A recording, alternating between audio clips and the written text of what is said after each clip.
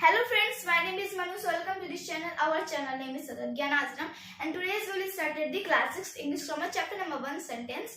तो आज हम लोग स्टार्ट करेंगे चैप्टर 1 सेंटेंस।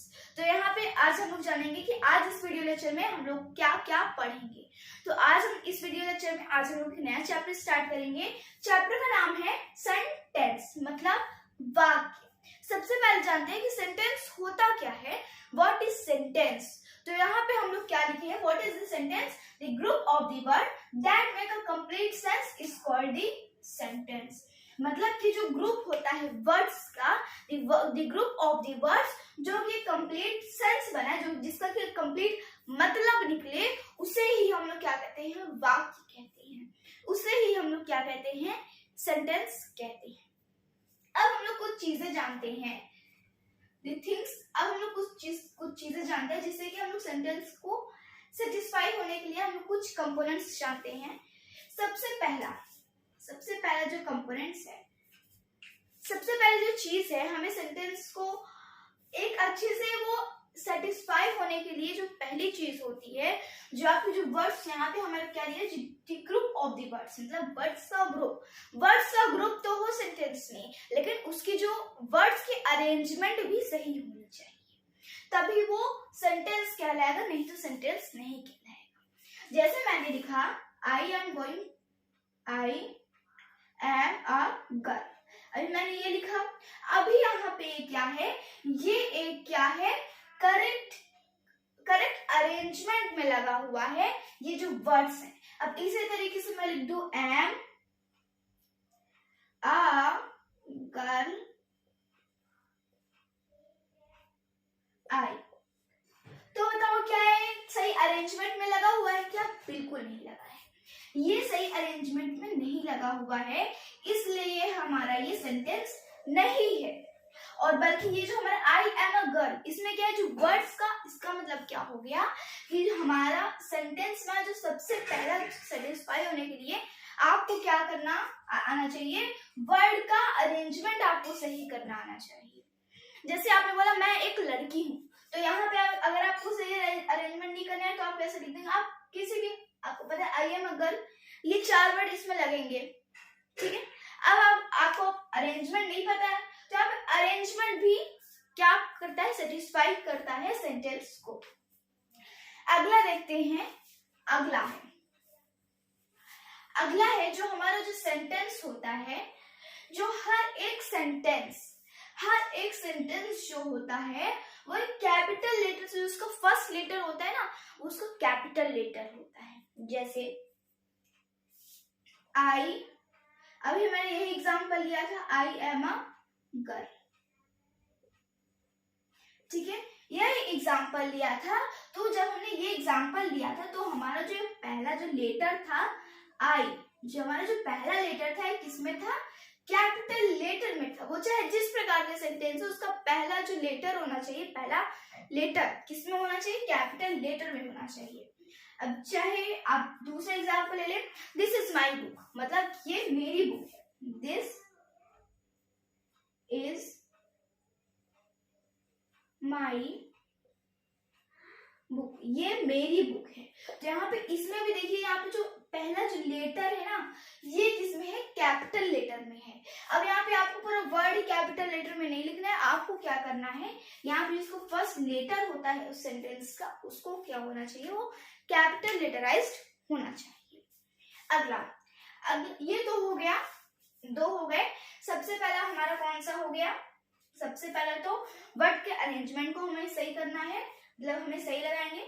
और दूसरा, जो हर एक सेंटेंस का जो पहला लेटर होता है उसको क्या करना है, उसको कैपिटल लेटर में ही लिखना है। अब देखते हैं तीसरी क्या चीज होती है, आप कोई भी सेंटेंस को जब आप एंड करते हैं तो हर एक सेंटेंस एक मार्क से खत्म होता है। जैसे अब यहाँ पे मैंने यहाँ पे एक सेंटेंस लिखा है, जैसे मैंने लिखा आई एम अ गर्ल, वही मैं बार बार ले ली ताकि आपको समझ में आ जाए, आई एम अ गर्ल, ठीक है। अब यहाँ पे जो हमारा जो लास्ट का जब खत्म हो रहा है तो हम लोग यहाँ पे एक छोटा सा बिंदु लगा रहे हैं। अभी बिंदु क्यों लगा रहे हैं, this is a mark, this is a full stop. Okay, तो ये क्या हो गया, आई एम अ गर्ल। तो जो आई एम अ गर्ल है, इसका लास्ट की जो मतलब लास्ट में जब भी कोई भी सेंटेंस खत्म होता है तो वो क्या होना चाहिए, एक मार्क से खत्म होना चाहिए। अगला, अब मैं इसी तरीके से अगर मैं यहाँ पे दूसरी सेंटेंस ले लूं, तो दूसरा मैंने सेंटेंस लिया, व्हाट इज योर नेम, मतलब आपका नाम क्या है। अब यहाँ पे देखिए कि इस सेंटेंस में जो हमारा जो ये जो लास्ट जब खत्म हो रहा है तो ये क्या हो रहा है, ये भी एक मार्क से ही खत्म हो रहा है। तो this is also the thing to satisfy the sentence. अब ये तीन चीजें हैं जो कि हमारे सेंटेंस को सेटिस्फाई करती हैं कि हाँ जी हाँ, ये क्या लिखा हुआ है, सेंटेंस ही लिखा हुआ है। अब हम लोग पढ़ते हैं पार्ट्स ऑफ द सेंटेंस। अब हम लोग क्या पढ़ते हैं, parts of the sentence. Okay, अब देखते हैं पार्ट्स ऑफ सेंटेंस, मतलब कि सेंटेंस का पार्ट ऑफ सेंटेंस। ये जो सेंटेंस होता है इसके दो पार्ट होते हैं। सबसे पहला होता है सब्जेक्ट एंड दूसरा होता है प्रेडिकेट। दूसरा क्या होता है, predicate.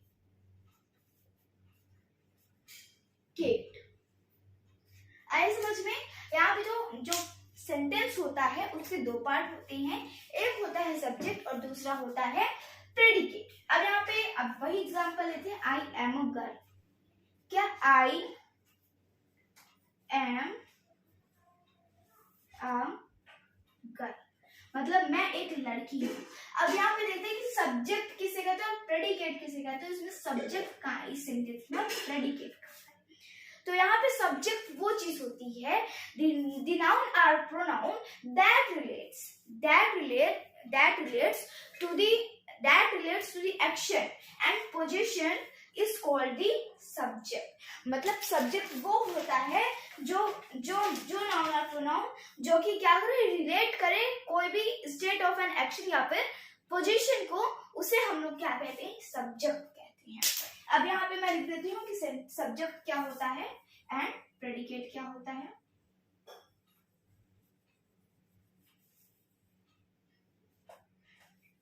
So what is subject?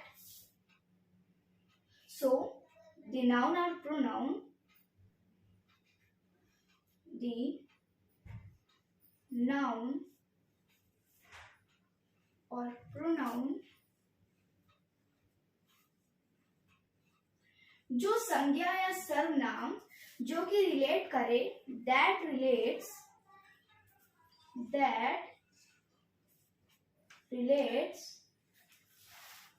to the noun or pronoun that relates to the state of an action, to state of an action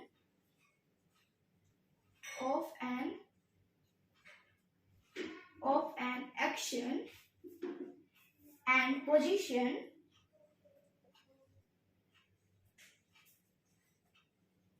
is called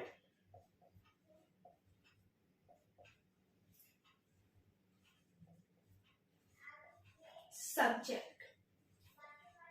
मतलब अब आपको आया समझ में कि सब्जेक्ट क्या होता है, मतलब जो नाउन या फिर प्रोनाउन जो कि रिलेट करे किसी भी स्टेट ऑफ एन एक्शन को या फिर पोजीशन को, उसे हम लोग क्या कहते हैं, सब्जेक्ट कहते हैं। उसे हम लोग क्या कहते हैं, सब्जेक्ट कहते हैं। अब दूसरा हम लोग लेते हैं, दूसरा क्या पढ़ते हैं, दूसरा पढ़ते हैं predicate. What is the predicate?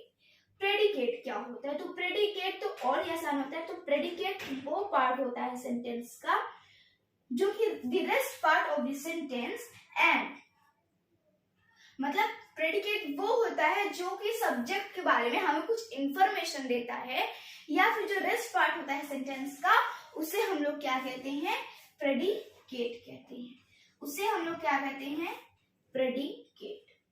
So the rest part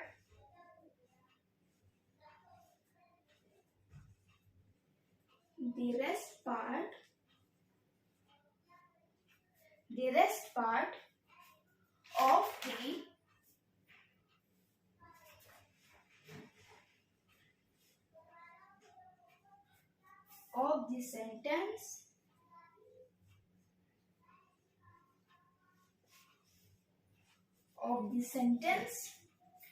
the rest part of the sentence are the word says, the words says the some information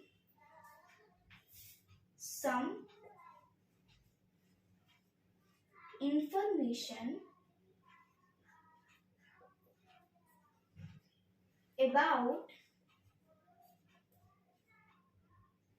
subject is called predicate।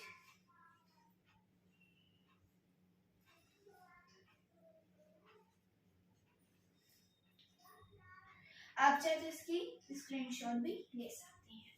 अब यहाँ पे देखते हैं, यहाँ पे पार्ट ऑफ अ सेंटेंस के दो part होते हैं, पहला होता है सब्जेक्ट और दूसरा होता है प्रेडिकेट। सब्जेक्ट वो होता है the noun or pronoun that relates to state of an action and position is called subject। Then predicate क्या होता है, the rest part of the sentence are the words या फिर जो वर्ड होते हैं सेंटेंस के जो कि सब इंफॉर्मेशन हमें देते हैं about the subject is called the predicate। उसे हम लोग क्या कहते हैं, प्रेडिकेट कहते हैं। तो अभी तक हम लोग ने क्या समझ लिया कि सेंटेंस क्या होता है। सेंटेंस को सेटिस्फाई होने के लिए हमें किन किन चीजों की 3 कंपोनेंट्स देख लिए सेंटेंस को सेटिस्फाई होने के लिए। तीसरा हम लोग ने पढ़ लिया the parts of the sentence. अब हम लोग पढ़ेंगे the unit of a sentence. So then we will come to the next. So अब हम लोग स्टार्ट करते हैं अगला टॉपिक है यूनिट ऑफ अ सेंटेंस, मतलब कि सेंटेंस के यूनिट। तो देखो जो सेंटेंस होते हैं, सेंटेंस के 3 यूनिट होते हैं। सबसे पहला होता है वर्ड्स, दूसरा होता है second is the phrase, third is the clause. अब मैं आपको एक एक करके मैं आपको सब चीज समझाऊंगी। देखो अभी तक हम लोग ने पढ़ा कि दी ग्रुप ऑफ दी वर्ड, मतलब कि वर्ड के ग्रुप को जो कि एक कंप्लीट सेंटेंस बना उसे हम लोग क्या कहते हैं, सेंटेंस कहते हैं। अब देखो यहाँ पे देखो एक चीज समझो, यहाँ पे क्या बोला जा रहा है, लेटर्स के ग्रुप को हम लोग क्या कहते हैं, लेटर्स के ग्रुप को हम लोग क्या कहते हैं, वर्ड कहते हैं। देन वर्ड के ग्रुप को हम लोग क्या कहते हैं, सेंटेंस कहते हैं। सेंटेंस के ग्रुप को हम लोग एक पैराग्राफ कहते हैं, और पैराग्राफ के ग्रुप को हम लोग क्या कहते हैं, स्टोरी कह देते हैं। देखो यहाँ पे हर एक चीज का ग्रुप बन रहा है। जैसे जो लेटर्स के जो ग्रुप होते हैं वो क्या बनाते हैं, वर्ड्स बनाते हैं। वर्ड के जो ग्रुप होते हैं वो क्या बनाता है, सेंटेंस बनाता है। सेंटेंस के ग्रुप किसको बनाता है, ग्राफ्स पैराग्राफ्स को बनाता है। पैराग्राफ्स के ग्रुप किसको बनाता है, स्टोरी को बनाता है। अब यहाँ पे देखो वर्ड्स तो यहाँ पे वर्ड क्या होता है, तो वर्ड होता है दी ग्रुप ऑफ दी लेटर्स, मतलब कि लेटर्स के ग्रुप को हम लोग क्या कहते हैं, वर्ड्स कहते हैं। अगला है फ्रेज। आप इसको नोट कर लीजिए, the group of the word is equal to words and the group of words is equal to sentence, the group of the sentence is equal to paragraph, the group of the paragraph is called the story. Okay, अगला हम लोग पढ़ते हैं phrase. तो what is the phrase क्या होता है, तो फ्रेज जो होता है, a phrase has a partial meaning. जो फ्रेज होता है उसके क्या होते हैं, पार्शियल मीनिंग होती है। That is a set of word group together. मतलब कि जो फ्रेज होता है वो क्या होता है, एक पार्शियल मीनिंग होती है। क्या होती है, एक पार्शियल मीनिंग होती है। And that is a set of, and जो फ्रेज होता है वो किसका सेट होता है, एंड जो फ्रेज है वो सेट होता है the set of the words group together. मतलब जो वर्ड्स होते हैं जो कि ग्रुप में होते हैं टुगेदर, उसे हम लोग क्या कहते हैं, फ्रेज कहते हैं। So when any person says what is the phrase, you will say a phrase has partial meaning. Phrase has the partial meaning as they help, as the phrase is a partial meaning as, and it is that is a set of the words group together. Okay, तो अब हम लोग क्या जानेंगे कि words क्या होता है, फ्रेज क्या होता है। अब हमारा बचा है कि क्लॉज क्या होता है। तो clause, what is the clause, a part of sentence, या फिर आप क्लॉज को ये कह सकते हो कि इनकम्प्लीट सेंटेंस। मतलब कि कोई भी यहाँ पे क्या बोला जा रहा है, a part of a sentence, sentence का एक part having the subject and finite verb, जिसके क्या फाइनाइट वर्ब हो, and of it own just as a sentence is called the clause. या फिर देखते हैं क्लॉज होता क्या है। अब क्लॉज वो होता है जैसे यहाँ पे आपको सबको यहाँ पे एक सेंटेंस दिया हो, उन सेंटेंस में आप क्या करो, बहुत सारे आप क्या करो, छोटे छोटे आप क्या करो, सेंटेंस ढूंढ निकालो, सेंटेंस के अंदर सेंटेंस ढूंढ निकालो, उस पार्ट को हम लोग क्या कहते हैं, क्लॉज कहते हैं। जैसे यहाँ पे आपका दिया है, a mother gives to a children love him and take care of him. तो यहाँ पे क्या होगा, a mother gives birth to a child. ये क्या हो गया, ये क्या हो गया, एक सेंटेंस बन गया। दूसरा है लव्स हिम, उसे प्यार करती है, ये भी एक बन गया। लेकिन टेक्स केयर ऑफ हिम, और उसकी क्या करते हैं, केयर करती है। तो ये अब यहाँ पे क्लॉज समझ में आया। तो क्लॉज क्या होता है कि जो सेंटेंस होता है उसके अंदर सब इनकम्प्लीट सेंटेंस को हम लोग क्या कहते हैं, क्लॉज कहते हैं। तो ये भी जो हमारा यूनिट ऑफ अ सेंटेंस है, ये भी हमारे बहुत ज्यादा आसान चैप्टर था, आसान टॉपिक था। अब हम लोग बढ़ते हैं अगले टॉपिक पे। अगला टॉपिक है the components of a sentence. So now we will come to the next. Okay, so अब हम लोग टॉपिक पढ़ते हैं the components of a sentence. Sentence के कंपोनेंट्स, मतलब आप कोई भी सेंटेंस लिखो उसके कौन कौन सी कंपोनेंट्स होते हैं।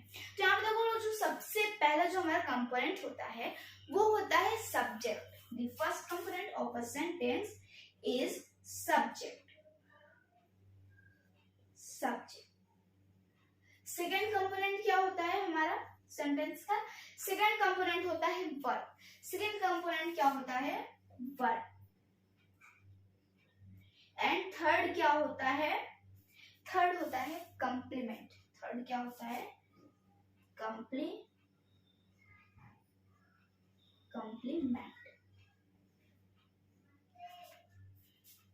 तो देखो सब्जेक्ट वर्ब कंप्लीमेंट। तो देखो there are three components of a sentence. Subject मतलब मैंने आपको बता दिया कि सब्जेक्ट क्या होता है। अब बात आती है वर्ब की। तो वर्ब आप भी पढ़े होंगे कि वर्ब मतलब क्या होता है, करता, करना। अब यहाँ पे वर्ब, यहाँ पे क्या हो गया, दी वर्ड, वो वर्ड जो कि किसके बारे में कहता है, जो कि कहता है about what the subject is doing. मतलब कि जो सब्जेक्ट है वो कर क्या रही है। ये वर्ड, जो वर्ड होते हैं जो कि कहते हैं कि सब्जेक्ट कर क्या रही है, उसे हम लोग क्या कहते हैं, वर्ब कहते हैं। अगला पढ़ते हैं कंप्लीमेंट क्या होता है। So complement it is a segment. अब ये जो कंप्लीमेंट होता है, यहाँ पे आपको क्या बोला जा रहा है कि एक सेगमेंट होता है। It is a segment excluding the subject and the verb in a sentence and it refers to something that completes, and there are the some main elements of the complements. अब आपको नीचे आपको कुछ main complement, अब मैं आपको कुछ main complement पढ़ाऊंगी, कुछ मेन। अब यहाँ हम लोग आते हैं कंप्लीमेंट के टॉपिक में। ओके, सो अबाउट कंप्लीमेंट के मेन कंप्लीमेंट में हम लोग पढ़ते हैं the main complement.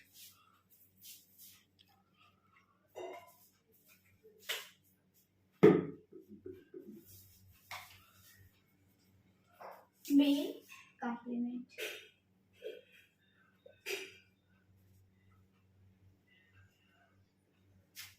Okay, so देखते हैं मेन कॉम्प्लीमेंट। मेन कॉम्प्लीमेंट कौन कौन से होता है? सबसे पहला होता है हमारा ऑब्जेक्ट। फर्स्ट हमारा कौन सा होता है? ऑब्जेक्ट। तो फर्स्ट इज द ऑब्जेक्ट। तो देखिए ऑब्जेक्ट क्या होता है? तो the recipient of the action, मतलब जो रेसिपिएंट होता है एक्शन का, उसे हम लोग क्या कहते हैं? ऑब्जेक्ट कहते हैं। इसको एक ऑब्जेक्ट को हम लोग एक सेंटेंस के साथ हम लोग क्या कहते हैं? ऑब्जेक्ट को हम लोग समझते हैं। एक मैंने यहाँ पे सेंटेंस लिया है, my father gives me a toffee, मतलब कि जो मेरे फादर हैं वो मुझे एक टॉफी दिए। My father gives my father gave me a। अब देखो यहाँ पे give का इस्तेमाल किया गया। अब यहाँ पे give क्यों इस्तेमाल किया गया है? पहले हम लिख लेते हैं, my father gave me a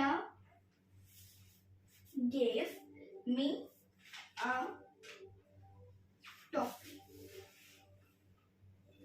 अब यहाँ पे gave मतलब क्या होता है? क्या आपको पता है? अगर आपको पता है तो आप कमेंट में जरूर बताइएगा। तो यहाँ पे सेंटेंस आपको क्या बोल रहा है? माय फादर मतलब मेरे फादर मुझे एक टॉफी दिए। ओके, अब यहाँ पे देखो, अब आप यहाँ पे बताओ कि अब यहाँ पे ऑब्जेक्ट कहाँ है? मैंने यहाँ पे एक सेंटेंस लिखा, अब आप बताओ इस सेंटेंस में ऑब्जेक्ट आपका कहाँ दिया हुआ है? तो ऑब्जेक्ट भी क्या होता है? एक इनडायरेक्ट होता है, एक डायरेक्ट होता है। देखो यहाँ पे जो मी आ टॉफी है, ये क्या है? ऑब्जेक्ट है। अब इसमें से इनडायरेक्ट और डायरेक्ट क्या है? तो देखो इनडायरेक्ट ऑब्जेक्ट इसमें से कौन सा है गाइस? मी है। इनडायरेक्ट ऑब्जेक्ट कौन सा है? मी। उसके बाद फिर अब जो आ टॉफी है ये क्या है? Direct object. अब हम लोग अगला बात करते हैं। अगला है मैनर। अब इसी तरीके से आपको कुछ चीजें दी हुई हैं, कुछ मेन कॉम्प्लीमेंट दिए हुए हैं। दूसरा क्या है हमारा? Second is the manner. Manner भी उसी की तरह बिल्कुल सेम है, कोई डिफरेंस नहीं है। फिर थर्ड है, मतलब सम डिफरेंस है ऑब्जेक्ट टू मैनर। अब यहाँ पे जो थर्ड है, थर्ड क्या है? Place, reason and time. Third is place, reason, इसे मिटा देती हूँ मैं। प्लेस हो गया, चौथा हो गया, प्लेस हो गया और रीजन हो गया एंड टाइम हो गया। तो यहाँ पे ये जो 5 चीजें हैं ये सब क्या है? द मेन कॉम्प्लीमेंट है। मतलब जो कॉम्प्लीमेंट है सब क्या है? मेन कॉम्प्लीमेंट है। ज्यादातर आपको अभी कौन से कॉम्प्लीमेंट मिलेंगे? ज्यादातर आपके ऑब्जेक्ट यूज किए जाते हैं नॉर्मल। तो ये तो हो गया the components of the sentence. अब हम लोग पढ़ते हैं the kinds of the sentence. So now we will come to the next topic. Okay, so अब हम लोग शुरू करते हैं द काइंड्स ऑफ सेंटेंस, मतलब सेंटेंस के काइंड्स। अभी तक हम लोग ने क्या क्या पढ़ लिया? अभी तक हम लोग ने पढ़ लिए सेंटेंस क्या होता है, सेंटेंस के बारे में हम लोग ने कुछ चीजें पढ़ी। उसके बाद हम लोग ने पार्ट ऑफ अ सेंटेंस पढ़ी, उसके बाद यूनिट ऑफ अ सेंटेंस, और इसके बाद हम लोग ने कॉम्प्लीमेंट ऑफ अ सेंटेंस पढ़ी। और अब हम लोग पढ़ने जा रहे हैं अपना लास्ट टॉपिक है the kinds of a sentence, मतलब वाक्य के प्रकार। देखो जो वाक्य कितने काइंड्स का होता है। जो वाक्य है, सिंपल से जो सेंटेंस है, वो नॉर्मली 5 टाइप्स का होता है। कौन कौन सा? सबसे पहले बात करते हैं असर्टिव सेंटेंस के बारे में। असर्टिव सेंटेंस,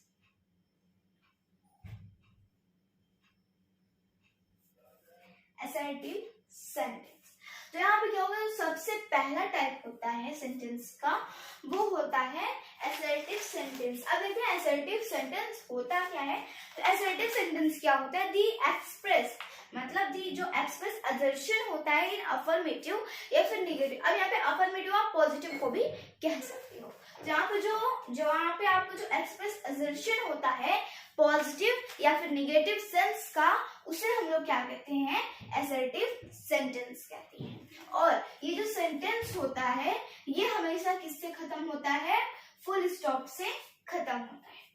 दूसरा हम लोग बात करते हैं दी इंट्रोगेटिव सेंटेंस के बारे में। तो देखो इंट्रोगेटिव सेंटेंस मतलब होता क्या है। इंट्रोगेटिव सेंटेंस मतलब होता है कि वो वाक्य जो कि हमें प्रश्न पूछे, इंट्रोगेटिव सेंटेंस।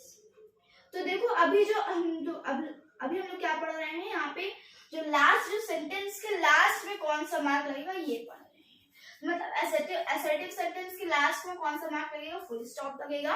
और इंट्रोगेटिव सेंटेंस मतलब कि जिस सेंटेंस में हमसे क्वेश्चन पूछा जा रहा है, मतलब दी आस्क क्वेश्चन, मतलब सेंटेंस इज आस्किंग क्वेश्चन। तो इस चीज में हम लोग लास्ट में कौन सा मार्क लगाएंगे, क्वेश्चन मार्क लगाएंगे। क्वेश्चन मार्क इसलिए लगाएंगे क्योंकि जो हमारा जो सेंटेंस है वो क्या पूछ रहा है, हमसे क्वेश्चन पूछ रहा है। थर्ड हम बात करते हैं, थर्ड हमारा है इंपरेटिव सेंटेंस। क्या है, इंपरेटिव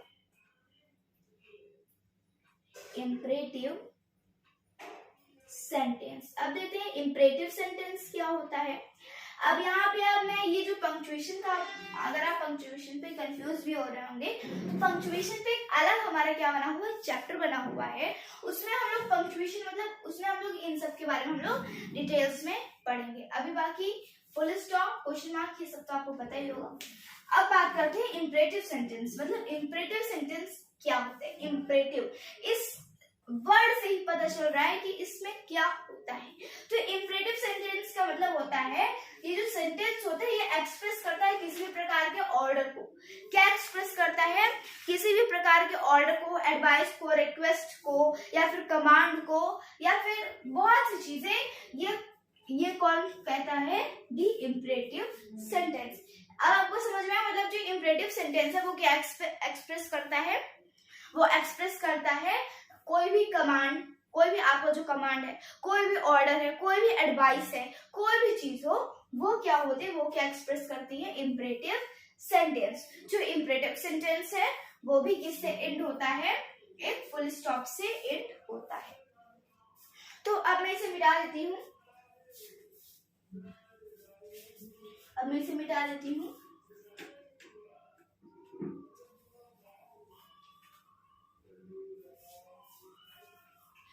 अब बात करते हैं चौथा कौन सा टाइप होता है। चौथा होता है टाइप सेंटेंस का, चौथा होता है हमारा कौन सा, चौथा होता है एक्सक्लेमेटरी सेंटेंस। चौथा कौन सा होता है, exclamatory sentence. Exclamatory sentence, exclamatory sentence. इस सेंटेंस में क्या होता है, इस सेंटेंस में आपको क्या किया जा रहा है, इस सेंटेंस, ये वाला सेंटेंस एक्सप्रेस करता है किसी भी प्रकार की फीलिंग, किसी भी प्रकार का दर्द, किसी भी प्रकार का सोरो, या फिर कोई भी सरप्राइज वाली चीजें क्या एक्सप्रेस करती है, एक्सक्लेमेटरी सेंटेंस को एक्सप्रेस करती है। अभी जो एक्सक्लेमेटरी जो सेंटेंस होता है ये किससे एंड होता है, एक्सक्लेमेशन मार्क से एंड होता है। ये इस मार्क से क्या एंड होता है, दी एक्सक्लेमेटरी सेंटेंस एंड होता है। अगला बात करते हैं fifth, this is the last है हमारा। लास्ट क्या होता है जल्दी बताओ। अभी तक हम लोग ने कौन कौन से पढ़ लिए, अभी तक हम लोग ने सबसे पहले असर्टिव सेंटेंस पढ़ा, उसके बाद फिर हम लोग ने क्या पढ़ा, इंट्रोगेटिव सेंटेंस पढ़ा, उसके बाद हम लोग ने इंपरेटिव सेंटेंस पढ़ा, एंड देन हम लोग एक्सक्लेमेटिव सेंटेंस पढ़े। अब हम लोग पढ़ते हैं दी ऑप्टेटिव सेंटेंस। तो अभी तक आप क्लास 5th या फिर क्लास 4th तक तो आपने 4 ही टाइप्स देखे होंगे, कौन से जितने हमने अभी तक पढ़े। अभी जो हमारा जो 5th आया है ये कुछ हमें अलग सा लग रहा होगा, अलग सा इसलिए इसे नाम क्या है इसका, optative sentence. Optative optative sentence. अब देखते हैं ऑप्टेटिव सेंटेंस क्या होता है। What is the optative sentence. तो जो ऑप्टेटिव जो सेंटेंस होता है ये क्या एक्सप्रेस करता है, किसी भी विश को, किसी भी गुण को या फिर किसी भी प्रे को एटसेट्रा एटसेट्रा, ये किसको एक्सप्रेस करता है, ऑप्टेटिव सेंटेंस को। फॉर एग्जाम्पल आप किसी को कह रहे हो हैप्पी बर्थडे, यहाँ पे क्या कर रहा है, किसी को विश कर रहा है, क्या कर रहा है, किसी को भी विश कर रहा है, तो ये क्या है, optative sentence. This is the optative sentence. और ऑप्टेटिव सेंटेंस किससे इंड होता है, एक्सक्लेमेशन मार्क से, ये भी इंड होता है ऑप्टेटिव सेंटेंस। ओके, तो ये कुछ टॉपिक थे सेंटेंस के, हमारा पहला चैप्टर क्लास 6 इंग्लिश ग्रामर का, जो कि बहुत ही आसान चैप्टर था। तो आज की इस वीडियो लेक्चर में, इस चैप्टर में हम लोग ने क्या क्या पढ़ा, सेंटेंस के बारे में कुछ चीजें जानी, उसके बाद हम लोग parts of the sentence, unit of a sentence, the components of a sentence and the kinds of a sentence. तो ये हो गया हमारा इंड, हो गया हमारा ये चैप्टर सेंटेंस फर्स्ट चैप्टर हमारा इंड हो गया। अब हम लोग इसके अगले वीडियो लेक्चर में हम लोग पढ़ेंगे चैप्टर 2 नाउ। तो गाइस आज के लिए इतना ही, मिलते हैं नए वीडियो में। तो आप पढ़ते रहिए, लिखते रहिए, और अगर आपको हमारी वीडियो अच्छी लगे तो हमारी वीडियो को लाइक, शेयर एंड सब्सक्राइब जरूर कीजिएगा। So thank you for watching.